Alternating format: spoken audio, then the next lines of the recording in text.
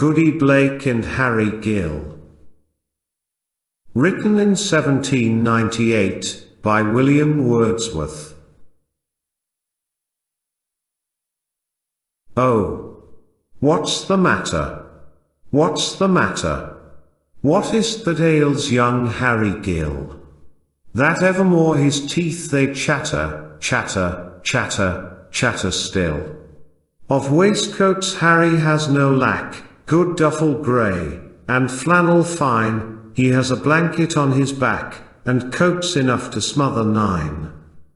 In March, December, and in July, 'tis all the same with Harry Gill, the neighbours tell, and tell you truly, his teeth they chatter, chatter still.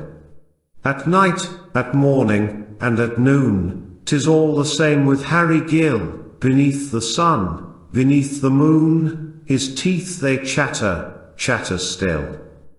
Young Harry was a lusty drover, and who so stout of limb as he?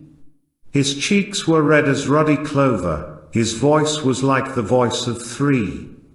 Old Goody Blake was old and poor, ill-fed she was, and thinly clad, and any man who passed her door might see how poor a hut she had. All day she spun in her poor dwelling, and then her 3 hours' work at night, alas! 'Twas hardly worth the telling, it would not pay for candlelight.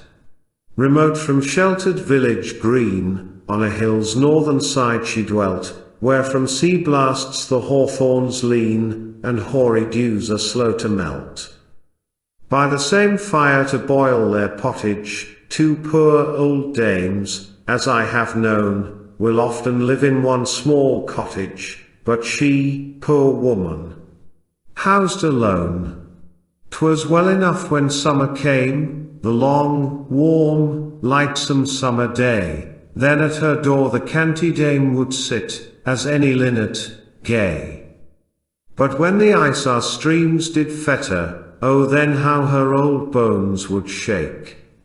You would have said, if you had met her, 'twas a hard time for Goody Blake.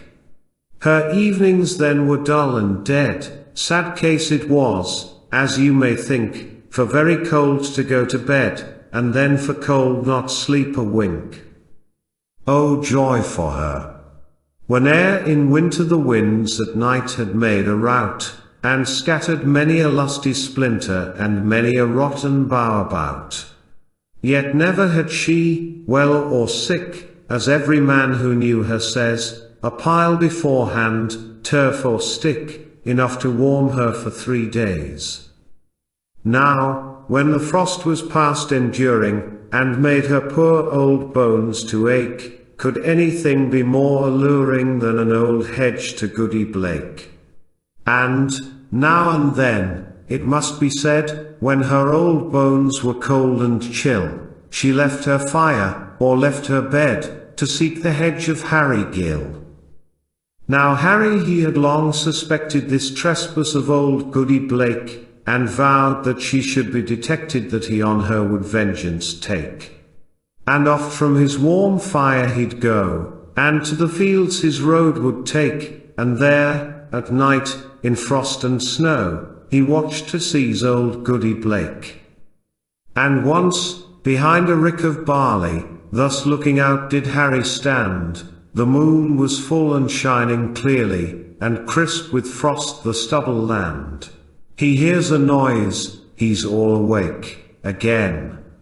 On tiptoe down the hill he softly creeps, 'tis Goody Blake, she's at the hedge of Harry Gill.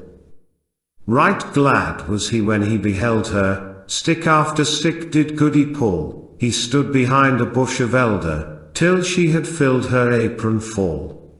When with her load she turned about, the byway back again to take, he started forward, with a shout, and sprang upon poor Goody Blake. And fiercely by the arm he took her, and by the arm he held her fast, and fiercely by the arm he shook her, and cried, I've caught you then at last. Dash then Goody, who had nothing said, her bundle from her lap let fall, and, kneeling on the sticks, She prayed to God that is the judge of all. She prayed, her withered hand uprearing, while Harry held her by the arm. God, who art never out of hearing, oh may he never more be warm. 0 The cold, cold moon above her head, thus on her knees did Goody pray. Young Harry heard what she had said, and icy cold he turned away. He went complaining all the morrow that he was cold and very chill, his face was gloom, his heart was sorrow, alas! That day for Harry Gill. That day he wore a riding coat, but not a whit the warmer he, another was on Thursday brought, and ere the Sabbath he had 3. 'Twas all in vain, a useless matter, and blankets were about him pinned, yet still his jaws and teeth they clatter, like a loose casement in the wind. And Harry's flesh it fell away, and all who see him say, 'tis plain, that, live as long as live he may, he never will be warm again. No word to any man he utters, a bed or up, to young or old, but ever to himself he mutters, poor Harry Gill is very cold. A bed or up, by night or day, his teeth they chatter, chatter still. Now think, ye farmers all, I pray, of Goody Blake and Harry Gill.